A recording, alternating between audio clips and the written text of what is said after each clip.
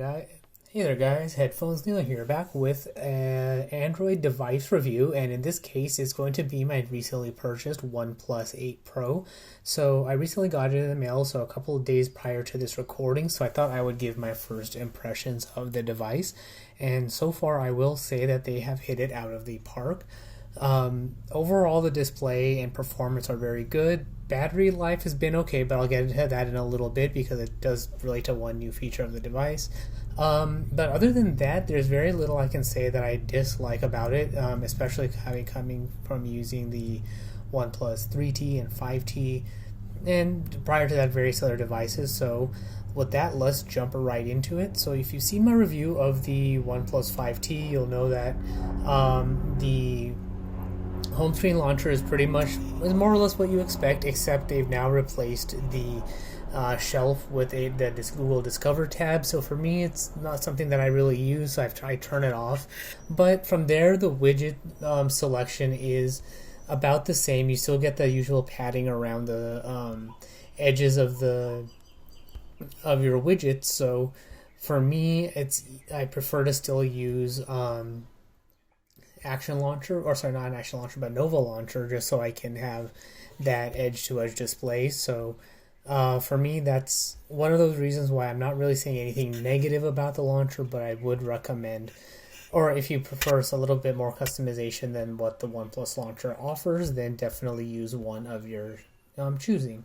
So as you see me switching between these screens, these are all, of course, live transitions between all the screens, so performance is good. Launching apps is straightforward, smooth. You can see that the screen is very nice. I have brightness set to automatic. This picture, my wallpaper you see, is from a couple of years ago, so OnePlus 3T to be of note. So it does looks a little bit better now than it does then, just because of the enhancements in the display and all of that.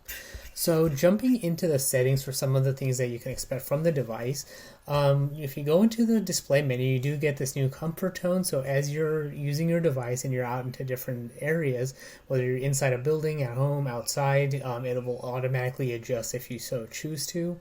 Going into the advanced settings, you can set your screen calibration. So based on your own selection, you can have natural, vivid, or advanced, where you can choose a little bit more customizable options. So for me, I just have it set to vivid. It's the best colors for me at the moment.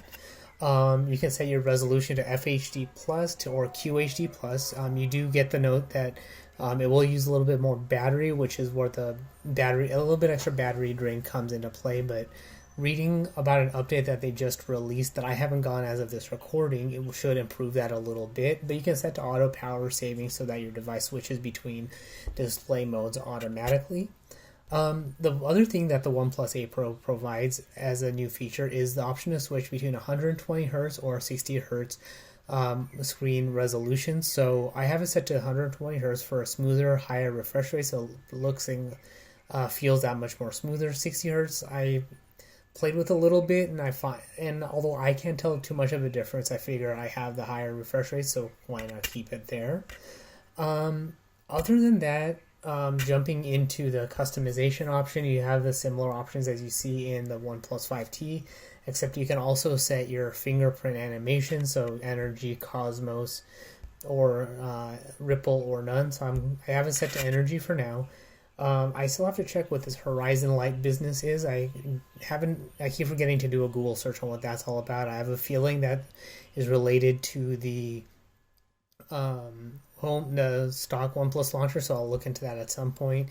You can still set your accent color, whether the preset colors or your own hex codes. You can set the tone, so colorful, light, or dark. Your system icons, whether you want them to be round, square, teardrop, or round rectangle. You can set your icon pack if you're on the stock home screen. You can set your font, one of two that are installed, so Roboto or OnePlus Slate. So that's really the bulk of that. The other thing that the OnePlus comes with is a much improved camera. So when you're jumping into the one thing that stands out is you can switch between a 12 megapixel or 48 megapixel setting, and you'll see that when you switch to 48 megapixel, you get a little notification telling you that it's better for outdoor, wide, landscape, nature shots, whereas the 12 megapixel option offers you a more dynamic range of picture, but it's more for your just regular shot. You're not necessarily going too far into the distance or something too close. So just something neutral in the middle of the road kind of shot to get something that you're looking at that's not too far, not too close. But in the 12 megapixel option, you do also now get the wide angle shot by touching the trees on the left, and you can do a macro shot by touching the trees on the right. So pretty nifty shots there. You also have scene selection, so you can do a super macro to get even closer to shots. And then you also have automatic color mode, so if you want to switch between natural, matte, vivid, black and white, or photochrome. Photochrome is that one that you might have seen articles about, where you can see through black objects and it changes your atmosphere to a more pastel, beige, and white look. So I'm still playing around with that, but so I'll have a review on that at some point. And same thing with the X-ray through thin black objects, but as I haven't gotten that quite working yet, but pretty nifty features there. So overall, a good, smooth experience. Performance is fast, and when you're switching to images, you get a nice smooth rotation for pictures that you take. So this picture that you see here is one that was taken just in the 12 megapixel mode, not too close, not too far. Details are good, so zooming in, you don't get any or very much pixelation. You get a nice blurring of the background, a lot of good detail in the colors. So definitely a good camera on that front. From there, if you also get the OnePlus wireless or the Bullet Wireless Z headphones, when you go into your settings for Bluetooth, you get a nice not Bluetooth, but your sound settings. You have a Dolby Atmos setting where you can set your sound enhancement to dynamic, movie, music, and none, which works on any Bluetooth headphone.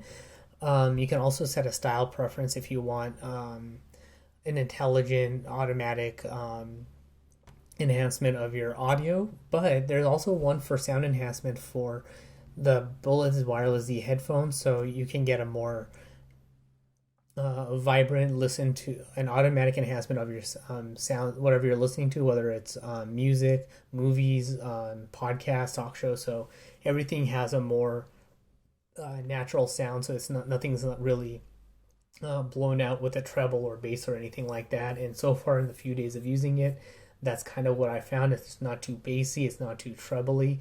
Being on phone calls, every so often some extra treble comes through and not too much bass, which is probably like 5% of the time, so nothing to phone home about, but no pun intended. But you also can just adjust the volume. I turn it down, so that takes care of that. But that's really the bulk of what you see. So overall, that's why I would give the phone a grade of about an 85 to 90%.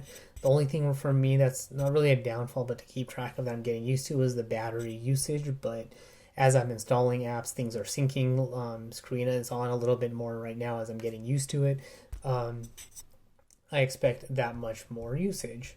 And if you're noticing the little circle around the screen at the top left as far as the battery bar, that's an app called Energy Ring, which lets you customize having a battery bar around your front camera to make it a little bit more useful or customizable, so you can turn off the battery bar next to the percentage. In the free version, you can adjust the thickness of the ring like you see there.